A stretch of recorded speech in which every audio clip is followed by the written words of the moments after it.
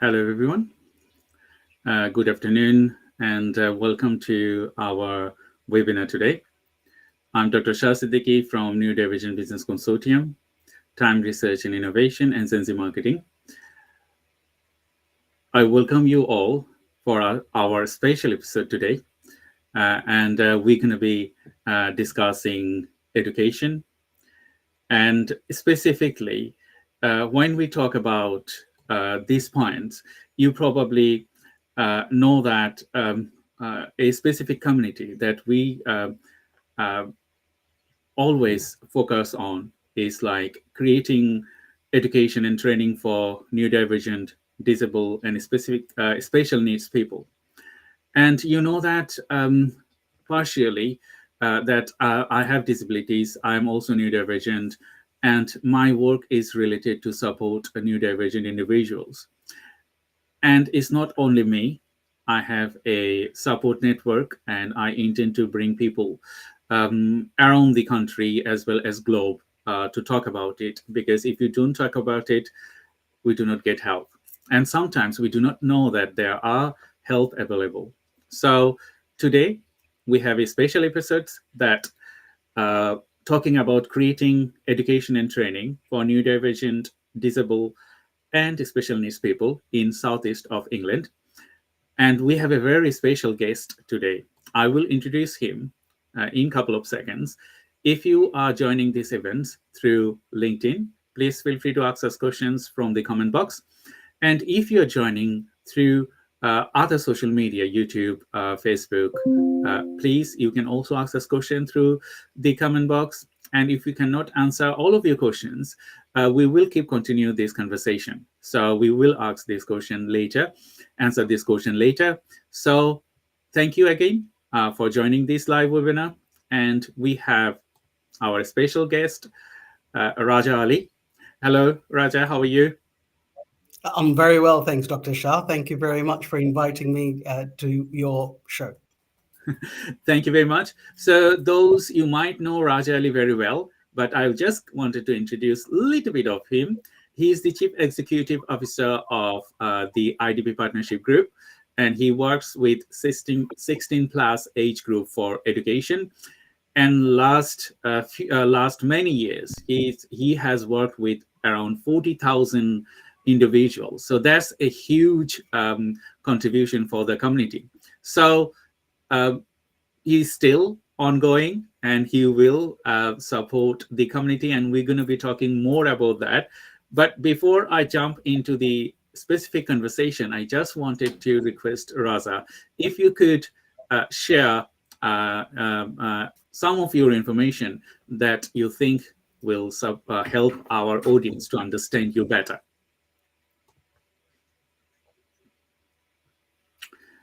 I think we have a little bit of connection problem, but we will sort that out in a minute. So we're just having a little bit of technical issues. So here we go. Raja is there again. So I just asked Raja if you could tell a bit more about you to the audience to understand who you are and what is your passion about and how you are contributing to the community.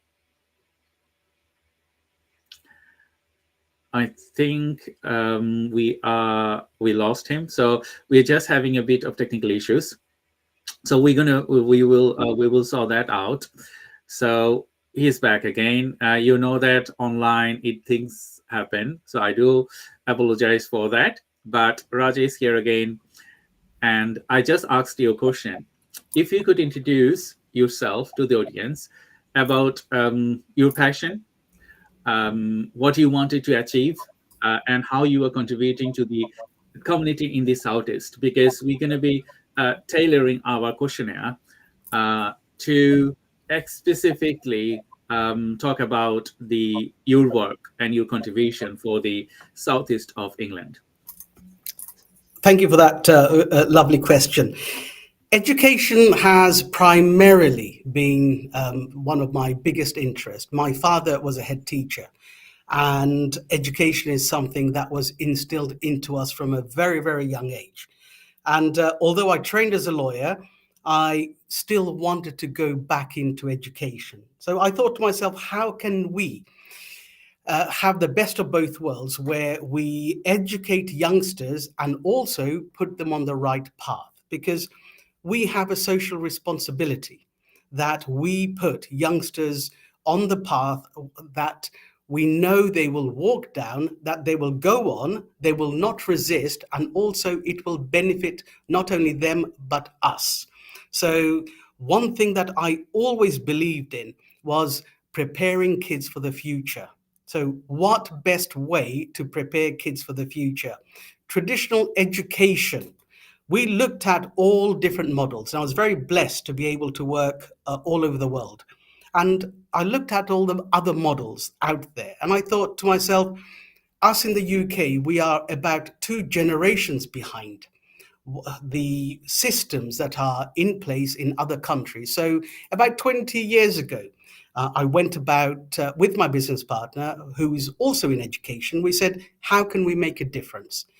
Let's use the tools that are already out there. So we joined what's called the Erasmus program.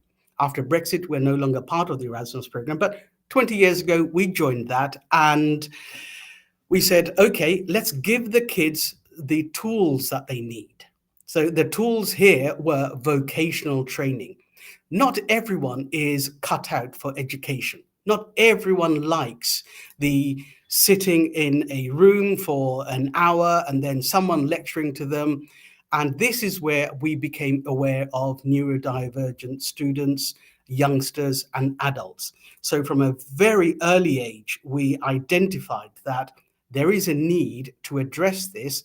Otherwise, we are discounting and being unfair to a large proportion of learners who have a right to feel included and inclusive in the community. Thank you, Raja. It is a pleasure to know you and talking to you through different type of work that you are doing. Through my experiences working with individual settings with Raja, he's also supporting local businesses in Southeast, Portsmouth, with another organization. So his work and his support and contribution for the community is huge. And we have to recognize that. And you know that when we support individuals and when you support with a model and to contribute greatly, you also need to support those people they are contributing, because that will encourage them to contribute more. So thank you very much for your contribution to the community. And we're just going to go to our usual conversation, understanding neurodiversity and disability in education. As a disabled person myself, I have come across a lot of barriers, and these barriers didn't help me that much, I would say. So I have to work through how I can come to this stage that I am now. So if we can work together to create the possibilities for the future people. I think my camera is blinking. I don't know what happening today. It's just I can see my lives and I can see that the camera is blinking. So please excuse me for that.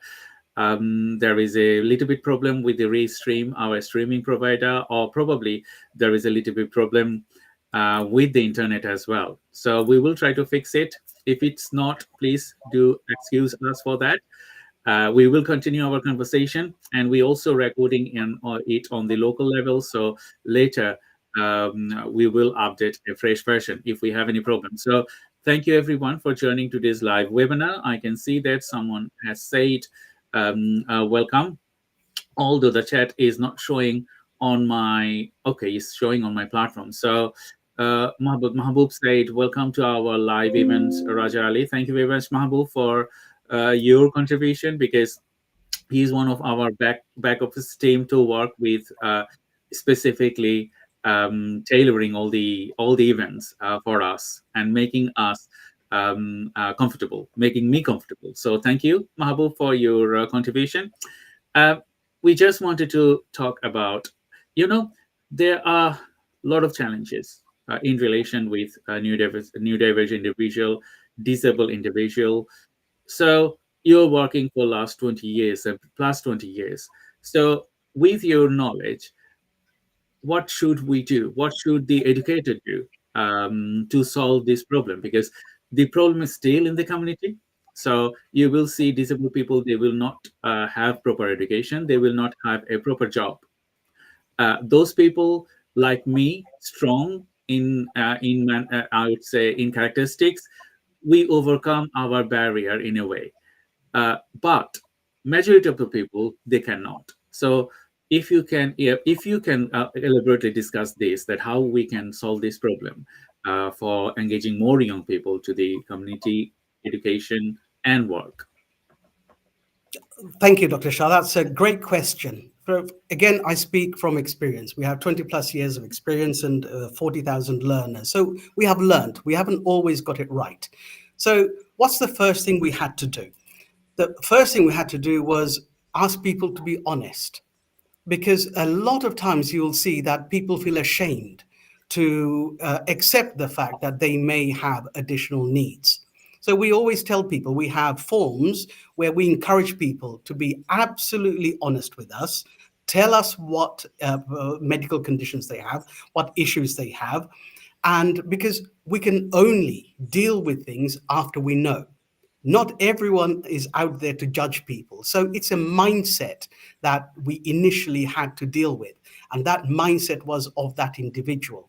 If you have ADHD, if you have other neurodivergent conditions, that's absolutely fine. There's nothing wrong with it. Don't be ashamed of it. Don't sit there feeling embarrassed that you have this condition. We have a policy at IBD where we actually celebrate this. We ask people that be proud of what you have. It's you. It's part of who you are. And Dr. Shah, not everyone is as strong and as strong-willed as you are, where you went and became successful.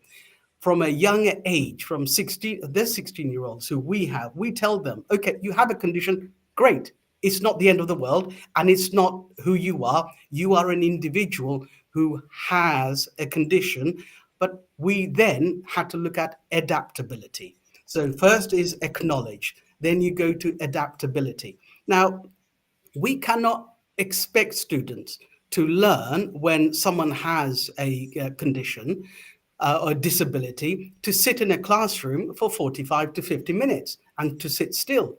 That does not work. So that's the adaptability. We have to figure out what it is they had and how we're going to adapt, what we're going to adapt with, what needs to be changed.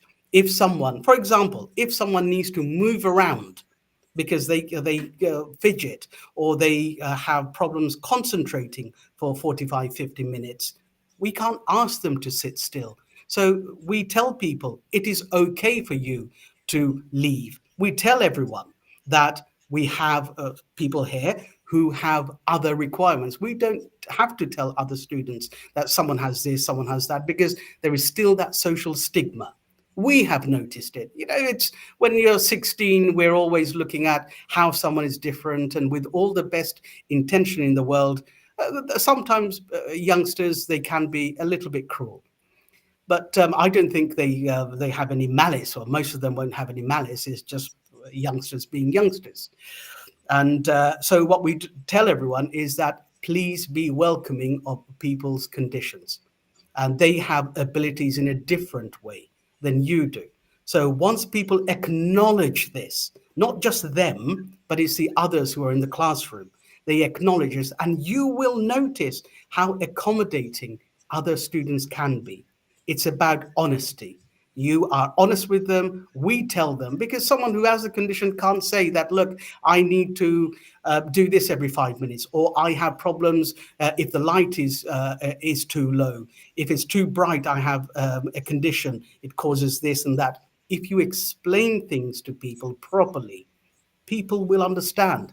And that's the other big thing that we concentrate on, and that's communication. Communication. It is key. Someone who has other needs, be honest and communicate what it is, how it can be dealt with, and how you need people's help. If you ask for people for their help, I guarantee you 99.99% of the people will offer their hand in assistance. Because you need to understand, these people who have the conditions, they are anxious, they have anxiety, they suffer from anxiety. Is very important to make them feel at ease. And you can only do that by saying what it is that they need. And people are very giving. I totally agree with you, Raja, because for myself, I have to leave education when I had the brain tumor surgery in 2009. And due to not having ability to access government funding, I have to wait until I was settled in the UK. And I can see that huge possibility for people in the community right now. So when I talk to people, I tell them that, okay, you are maybe 1,000 times better than me, because Bonbota people, they have a strong base here. They don't have linguistic problem, they don't have cultural problem, and they don't have a lot of other problems. So if we can sort that out of, as you said, the hesitation and a lot of other things, to understand them properly, then we can create possibilities. And that will steer the growth of this country. You know that now we have a new government, and they are prioritizing for growth, economic growth, and where there are a huge population are neglected, they are not returning back to education or work. How you can grow the economy? You cannot, because when people, they are seeking benefits, um, they will not grow the economy, are they? So in that aspects, I have the next connected question to you. uh, yes, we know and we understand now, working for many years, being neurodivergent and supporting individuals in the community. uh, can we talk about some misconceptions exist in the neurodiversity, that they cannot do anything, and they are good for nothing, you cannot do it? Can we talk about that, how it is destroying our future? Well, that's a great question. It is destroying not just our future, it's destroying our community. And we're being unfair to people because we are very quick to make judgment. We are very quick to label people. That's our problem. That's our misgiving. They need the encouragement that they need. They need the help that they need to become inclusive, to be able to make a difference in the community. And by us excluding them, I'll give you a little example, because it may not be malice. What we do is when we see someone who is neurodivergent, we'll just give them a lesser task, or are making an assumption they are unable to do it. It's down to us. We're making that judgment call by making them less able because we say that they're not able to do the job. We don't give them an opportunity to do so. We provide work experience for thousands of learners. That's part of Erasmus and the Turing scheme that we have to do. Whenever we have someone who has declared that they're neurodivergent, one of the first thing we do is we will sit with employers and we will talk with them how they can make them inclusive, how they can include them into the programs. And we actually have that individual who plays a part in this, because we can't judge. We need that individual there to help us make decisions because it's concerning them. We go around thinking that it's the employer who will be tasked with making everything. That's again a wrong assumption. We're assuming the employer knows exactly what to do.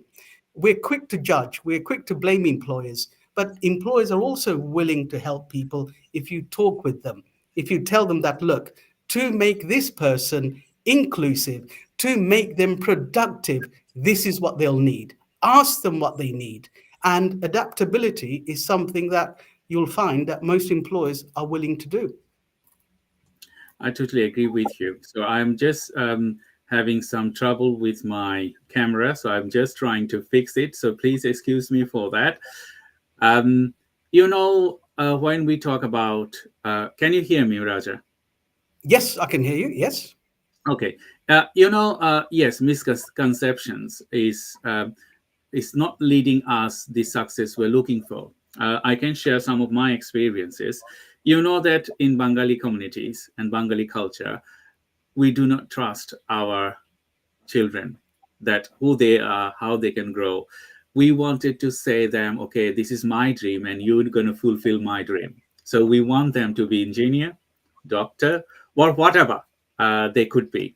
So in that way, we destroy the possibility for our future generation. Maybe they can be a good artist like Bangag, okay, but we don't prioritize that. We say that, okay, you're going to be an artist, so it's haram. uh, and we say that, okay, uh, my son can be a good performer like dancer or singer. We don't see it in a way that they have this creative knowledge. What we do, we drag them to fulfill our dream. And another thing I have come across through my lifetime, and if we want to do something, our family, maybe relative, they will say, oh, he cannot do it. Or maybe our parents, they don't trust us that much.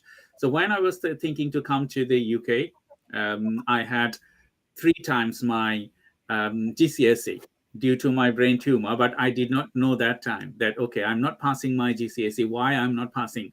They did not see the struggle that I'm facing through, but they saw it like, okay, I'm rotten. I'm not going to do my education. So they said, okay, if he is going for higher education in the UK, he will return back. So don't spend any money on him. But my mother, she trusted on me. She said, okay, if he is gonna destroy my money, let him do it. But I wanted to see where he can go. I have full trust on him. That's why I'm here. But this trust, I think our majority of our parents in the Southeast Asia, in Africa, in Middle East, they don't trust. And I have also seen in the UK, if you are a disabled person or neurodivergent person, your family don't trust your ability. And thank you very much for working for this community. We need to change this perception, because I show my example. Yes, I'm disabled, but I'm disabled. I'm capable of doing a lot of things. So my disability is not the key struggle here. It's not the key barrier here. The key barrier is the society, is the facility, and a lot of other things. So if you aid people with right tools, then it will transform the society and community. So my next question to you would be, we have a lot of questions from the audience. So thank you very much for your question. We will ask them gradually. And if you wanted to ask further question, please feel free to use the comment box. And I'm Dr. Shah Siddiqui from Time Research and Innovation, GenZ Marketing Agency and Neurodivergent Business Consortium. And we have Raja Ali from the IDB partnership. And I do apologize for the mismatch of the technology today. My camera is blinking. I tried to fix it. It's not fixing. So I don't know where is the problem. But we won't stop, because we are unstoppable, because we will go to our mission and we will do it together. So, Raja, you are working for 20 years. So when you started your support for the community contribution till now, how much shift has been happening to the community in relation with understanding, in relation with facilities from the government or local government, and what we need to do more? It has changed, but unfortunately, not at the pace that we would have liked it to have gone. There's always a catch-up period. So by the time you have your white papers, green papers, and then changes in law, 10 years have gone past, and you failed a generation. That's the way I look at it. If anything that cannot be dealt with quickly, we are failing a generation. Things have got better. You have a look at the disabled access to workplace, and also the requirement for adaptability. It's great. But the biggest issue, I would say, the challenge that we have is still the cultural perception that you are physically disabled or you're neurodivergent, so you can't do this. So the expectation of them is less. And we are a product of our surroundings. If we have people all around us who say, it's okay, you can't do it, don't worry about it, I'll do it for you, then that person starts believing it, because we're in that negative or non-promotive environment. And this is the biggest challenge. There, we have not seen a shift. Unfortunately, in our community, although the newer generation, they are, the kids are going to school, they do understand, but again, it's the mentality of we don't expect them to go far. It's Dr. Shah, you are a perfect example of this, whereas you were doing not well in your education, but alhamdulillah, now you have a PhD and a very successful person. How did that happen? Is because someone believed in you. So that's what we need to change. This is where it's lacking. Technology-wise, yes, the movements are there, but you could have the best technology, but if the person themselves doesn't know or understand how to use it, why to use it, and how it's going to improve themselves, then the onus of using it to improve themselves isn't going to be there. That needs to come from someone who believes in them, someone who pushes them. And for that, I would say a lot of work still needs to be done in the community. And that's why the work that you are doing is amazing. And it needs to reach more people in our community, that just because someone is neurodivergent, just because someone is disabled, does not mean that they are any less than anyone else. And if I may, I would like to just give one example. We were working with the Italian government a few years ago. This is pre-COVID. And they send their learners to us because they know that we specialize in neurodivergent and disabled programs, work programs, and work experience. So we had someone who was tetraplegic and someone who was quadriplegic. So the government said that, look, we've tried 10 different organizations in 10 different countries and nobody wanted to accept them. So we took it as a challenge. We said they have every right to go on these international work experiences, and we will make this possible. And alhamdulillah, I have to say that it required a lot of work from my team. We went out there, we talked with the council, because the council, I have to say, Portsmouth City Council are extremely good. They're extremely forward thinking. We went to another employer and they said, please tell us what we can do to help. So we went out there, we were honest with people, we found them accommodation as well, a local hotel who had disabled facilities. They said, we will adapt so that the tetraplegic and the quadriplegic will be able to do this. We put a package in place. We proposed that to the Italian government. It was accepted. All risk assessments and everything were done, accepted by the Italian government. And they came over here. And guess what? They had the best 4 weeks of their lives. They were so appreciative. And the research that they did about how to make Portsmouth a more accessible city, they presented this report to the mayor of Portsmouth at that time. They have gone on to get full-time jobs in Italy. Now, had we not gone out of the way to help these people, to make them inclusive and put them into a work environment, which was, we were assessing, people were all around, making sure that they do not fail, because we are working from a negative mindset to begin with. We made them believe that they can do it. We made a song and dance about the presentation that they did. The mayor at that time made a promise that he will adopt some of these suggestions that they've made.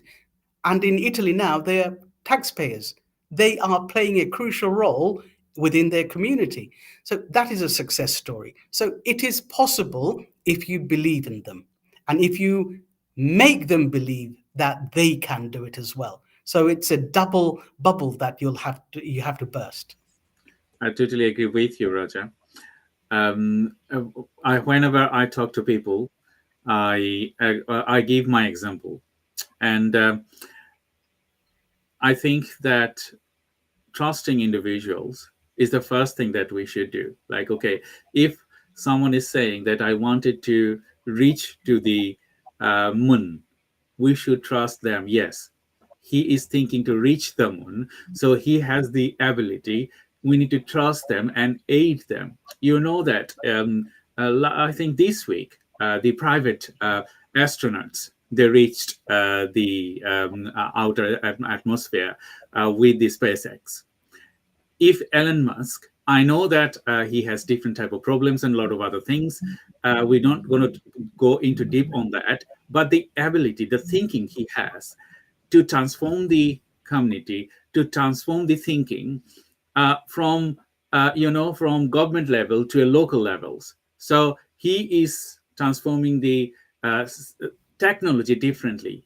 If people wouldn't trust him, he wouldn't come to this stage. So, for myself, I can see my son, I can see my wife, we are all neurodivergent, but trusting individuals can make change, can give you the platform that you wanted to work on.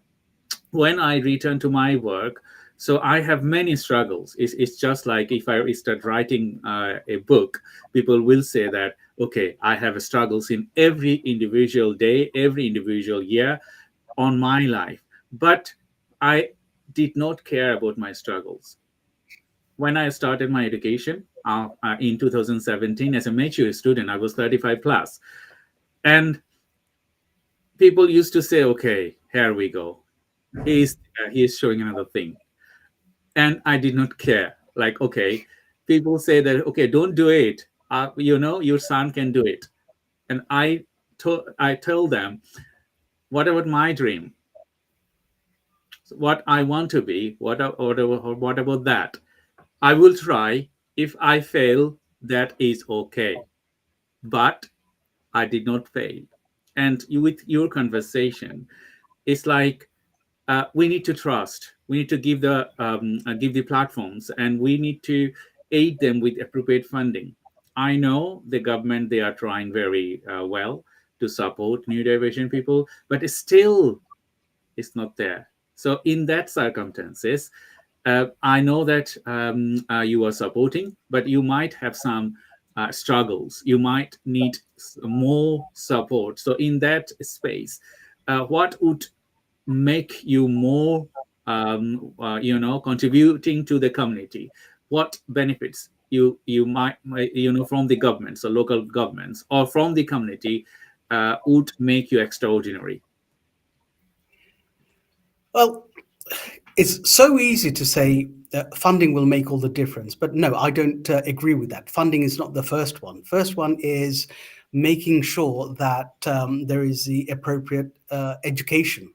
So changes within the education is required. Changes in the examination process is also required.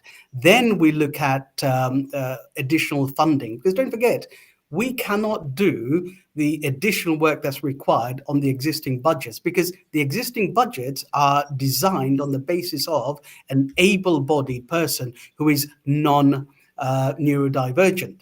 So you cannot say that everyone will have access to the same funding when other people require more. In order to make them inclusive in society, you have to invest in them more, because you never know, they may actually give you back more. So this is the thing. It's something that the government is responsible for doing. And I think some laws needs to change as well. Because let's just look at employment. That's just a very simple thing. So what do people have to do? So they have to send off CVs to recruiters, and recruiters make a decision. What's the first thing that the recruiter looks at? Is how to get rid of the bulk of the applications. So it's a mindset. So rather than saying that, oh no, they're going to be too much hard work, I need to get someone who will be able to, we hear this all the time, who'll be able to hit the ground running. Well, do they have to hit the ground running? Why can't they do it in their wheelchair? They don't have to run, do they? They can do it in the wheelchair. It's got nothing to do with their brains. So it's one of those things. Again, a lot of mindsets will need to be changed. A lot of laws. I have to say things are good, whereas LGBTQ, that way, in CVs, you don't have to say what sex you are, how old you are. So that's all great. But if someone needs additional help, I think that should be encouraged, not discouraged. So to answer your question again, yes, I'm going to go back to funding. I'm going to go back to education. I'm going to go back to training. And I'm going to go back to having employers sit in panels so that employers know how they can do this. And again, that is do with funding, and also make it mandatory, I would say, so that at least one training day a year by employers is something that they're required in order to meet their obligations towards society. Thank you, Raja. We just wanted to ask some question from the audience. We just received questions from Zakir Khan. I think you have already answered that questions, but I just wanted to read it through. What are some success stories where inclusive practice have transformed the learning experience for neurodivergent and disabled learner? I think you already shared a story that have created the possibilities. Do you have any other stories that you can share with our audience? Oh, absolutely. I have one that immediately comes to my mind, and that is of a neurodivergent learner who came from Sweden. And because we deal with Erasmus, we deal with 27 different countries, so we have a lot of students who come from abroad. Now, I'm talking about Ireland, because we're also operational in Ireland. We have offices there. Now, this person, they said that they are neurodivergent. We found out exactly what the issues are. We talked with the employers. Now, the employer did not think that this person will be able to do their social marketing so incredibly well. They opened up a completely new channel where they encouraged neurodivergent people to come and shop and be part of their ecosystem.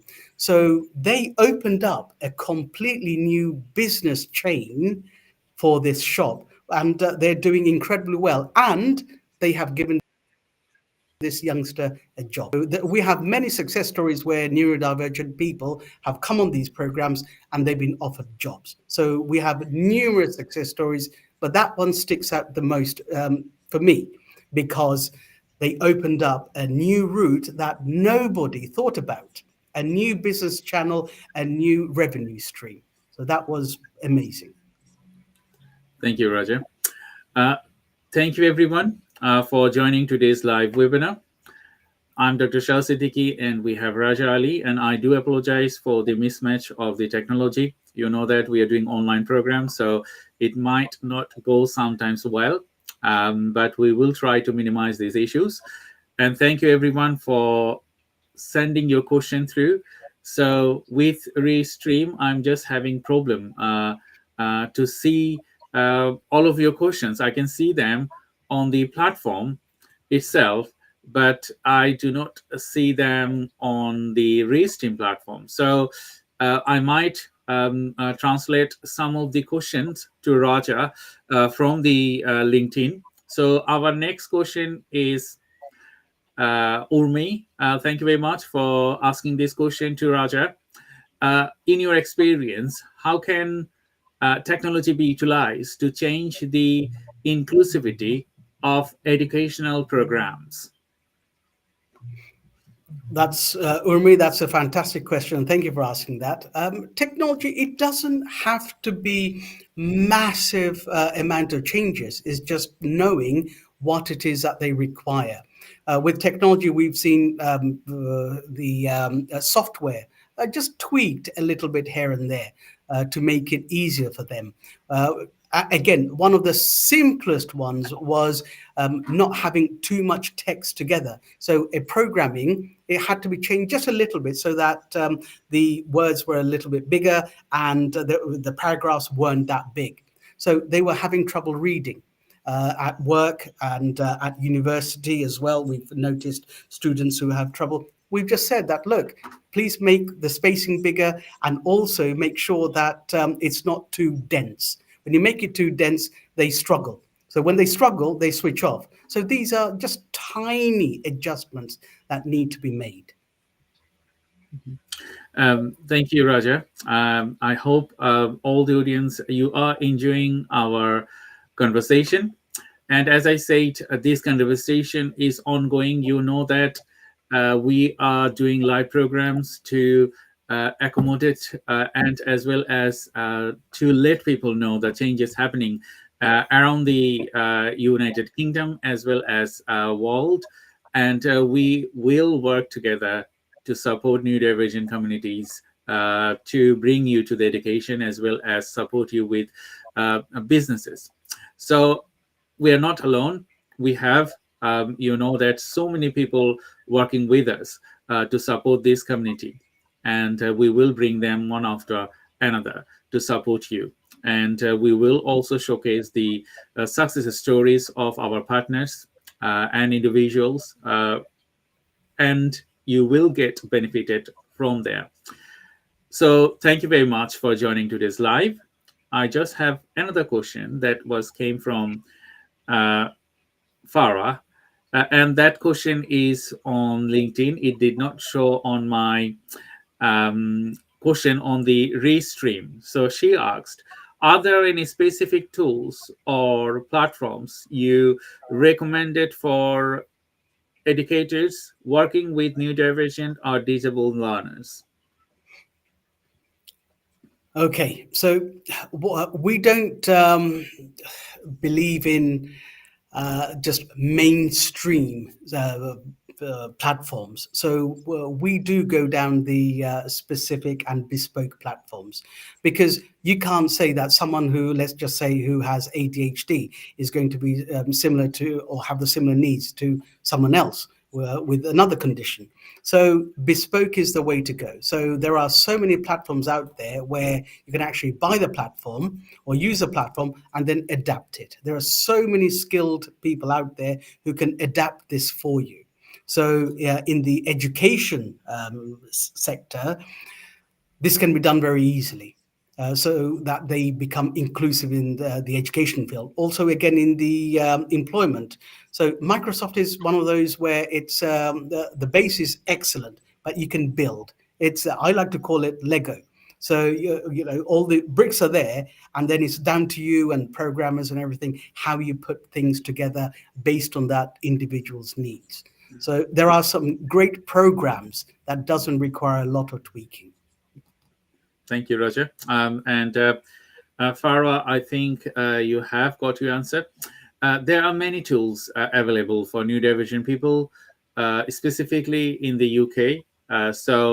As myself, when I was doing my education, I was supported by the Student Finance England, the DSA, Disabled Student Allowances.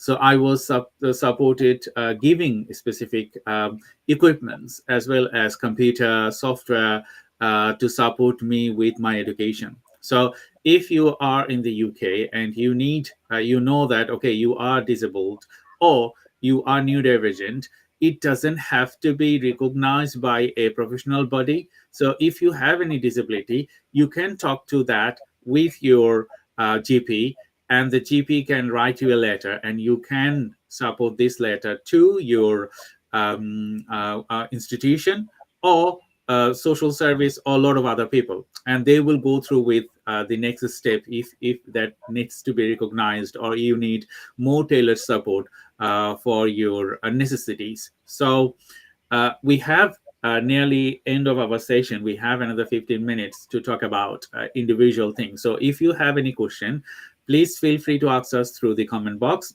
on LinkedIn and as well as other social media. We will continue this conversation to the next level. So on my next conversation, I just wanted to ask Raja that, yes, we know we have community, we have neurodivergent people or disabled or other categories in the community. How can we bring community cohesion together Because I have seen myself, when you are supporting a disabled person in workplace or in education, other normal people, they don't have disability, they see it differently. How can we change that with and how, what tools or medium that will support to change their perspectives? Okay, it's from our perspective is the first thing that we do is we go out there and tell everyone that everyone is different. It's these concepts that people need to believe in. And when I go to the mosque on a Friday, I see a person who is pushing a wheelchair. He's had a stroke, unfortunately, so he needs to be pushed. Now, people avoid him because number one is they feel sorry for him. And I asked these people, I said, why do you do that? Why do you not go there and talk to them and encourage them and all that? They say, well, I feel sorry for them and things like that. That's all great. That's the first emotional impact. That's the first thing. But you need to move on from that. Okay. You feel sorry for someone. That's great. That's a great feeling to have. It shows that you are human. Okay. So then what's the next step? Take it to the next level. Ask them the question, how are you doing? How are you adapting? How have you adapted? What sort of help do you need? What can we do to help you? People, just they make very quick remarks about, oh, please let me know if there's anything I can do to help. No, from rather than being reactive, be proactive. And I noticed when I was there, I noticed that he needed help when he was going to the bathroom. So literally, I just helped him. I said, yep, no problems at all. Helped him to do that. It's not because I felt sorry for him. It's because he needed it. And when you feel sorry for someone and you go, and make noises and things like that, it is discouraging. And I personally don't like that. It's not a great reaction to have. Is again, it's a principle of everyone is different and everyone is abled differently. And that's the concept of that needs to change in our society, in our culture, where when we see someone disabled, when we see someone who's neurodivergent, we see them as less able. That is wrong. So that's the first thing we need to work on, is the identity of these people within our community. He was a very successful restaurateur. He had, I think, a couple very, very successful restaurants, which he had to sell, or he had to give up. But then the impact of that, so no one's talking about that. What are the next steps? How can we help you? How can we make sure that you integrate into society? Integration into society isn't just about contributing, paying taxes. It's doing other things, sharing their experiences. Now, that person with all the cuts that we have, they may only have a carer coming in twice a day for 10, 15 minutes. And we know social services are, almost at breaking point. We know the councils can hardly pay for any of this care. So, half an hour out of 24 hours is not a lot. So how can we, as a community, go out and help our people? What can we do? How can we include them? What issues do they have? Checking in on them. This sort of stuff that we will need to do. We're very good at doing that. And we need to go back into establishing more community spirit. I've noticed, I'm in my 50s. I may not look it, but I am in my 50s. I've noticed as a society, we have grown apart.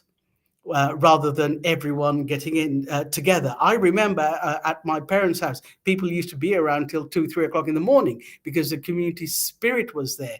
But now, when you go to someone's house, you need to phone them in advance to make sure that they're okay.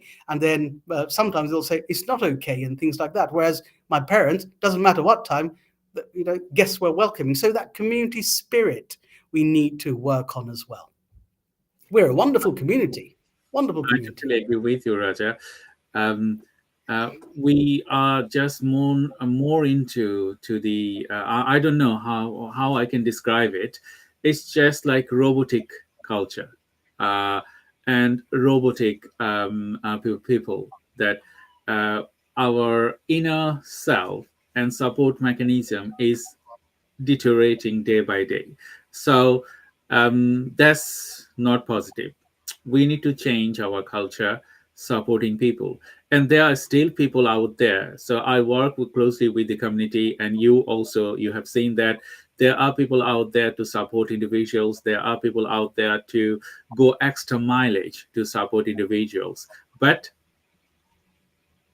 at this point, we need more people to support this community, even they're neurodivergent or disabled, or any other specs that we need to consider, and as well as if people have special needs, because sometimes we intend to level individual marking to individual genre or community. Like, okay, if I'm Muslim, I do not like LGBTQ. If I'm Christian, I do not like that. And leveling individual with our choices, and we level it. We don't like it, so we're going to be leveling it. Okay, I'm Muslim, so that's why I don't like this community. You do not have to like this community, dislike this community due to your religion or due to your inability to like them, uh, because we are human at the end, isn't it? So when you are human, you can like the other human, not you know uh, creating an extra layer for giving support. So you are excusing yourself to prevent you to give support to the individuals. It doesn't matter what color they are, if they're disabled, neurodivergent, special needs, or any other community. We have to be in the community cohesion to support each other. And I think the work you are doing for the community, that is transforming people greatly. And I'm very happy and fortunate to be part of that. We are nearly end of our session. So thank you everyone for joining today's live webinar. We will bring Raja in near future as well, to talk about specifically supporting individuals, and as well as neurodivergent people, special needs people, disabled people, because they are doing a great job for the community, educating individuals and then giving them a workplace meant is crucial for the existing of that community. I can understand myself, um, if I wouldn't educate it and come to this stage, I wouldn't know, because if you are not crossing a path, you wouldn't know what you can achieve. So, to everyone, uh, we have greater responsibility, as well as, if you're in the UK or elsewhere, open your door for those people. They are the future of this world, creating new possibilities to the different levels. So at the end of this session, I asked my special guests that what are the key takeaways from this session. So if you could maybe point few key takeaways for the audience to um, take it through with them and open their eyes, what would you say? Very easy. I always tell this to all my students. I actually call all my students kids. Every year we have about 2,500 learners. They're my kids who come. The thing is look beyond their disability. Look beyond their neurodivergency. Look beyond all of that. You will see an individual. You will see a person. You will see someone who just wants to be able to be part of a team. They want to be included. No one wants to be left behind. No one wants to be excluded. It's down to us. We have to be proactive and go out there and make them included, make them feel part of something. So there are lots of telltale signs that someone requires extra help. So look out for them. Educate yourself first. So someone who has ADHD, there are telltale signs. Okay, someone who has Tourette's syndromes, it's easier to see that than someone who may not, because not all disability is visual. So educate yourself first in what it is. That's the identification process. Identify, and once you have educated yourself, you will be able to know how to deal with it. People don't want sympathy. So it's so easy to say, but you've got this condition, and it must be really bad. We don't mean malice when we say it, because we're genuinely caring, but that is not being productive. So they don't want to hear, but you're special, aren't you lovely? They don't want to hear that. They want to be respected. So respect them and treat them as an individual. Everybody is different. Find out about what their special abilities are and adapt so that you can include them into whatever you're doing. In classrooms, if someone needs a little bit of time doing XYZ, give them that time. If someone needs a little bit of help with the work, because not everyone is able to do everything at the same speed, give them that. Give them that opportunity. That's all they need, is giving them that opportunity. Thank you, Raja.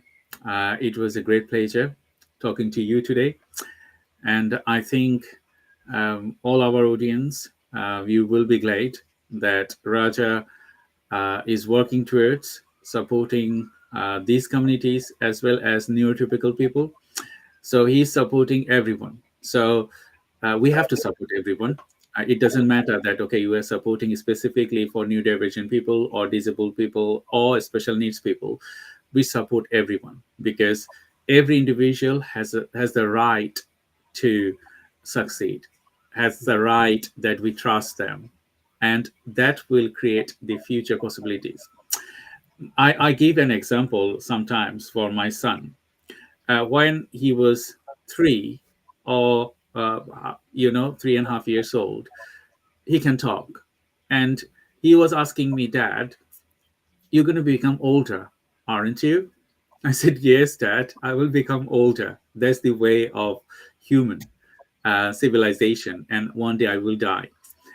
And he said, "Okay, can't we do something like that to create a portion?" Because he sees a lot of cartoons and everything. So this portion is a normal thing there. Uh, to make you younger. So I will develop a youngerizer, he named it, that you'd never get old.